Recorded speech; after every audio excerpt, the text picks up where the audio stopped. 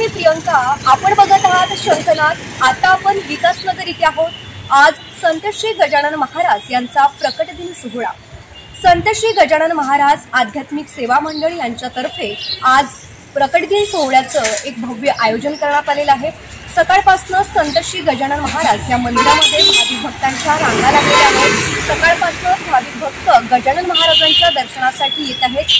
चला तर मग आपण सुद्धा या मंदिरामध्ये जाऊयात आणि या मंदिराची विशेषता काय आहे ते जाणून घेऊया. चला तर मग या माझ्यासोबत.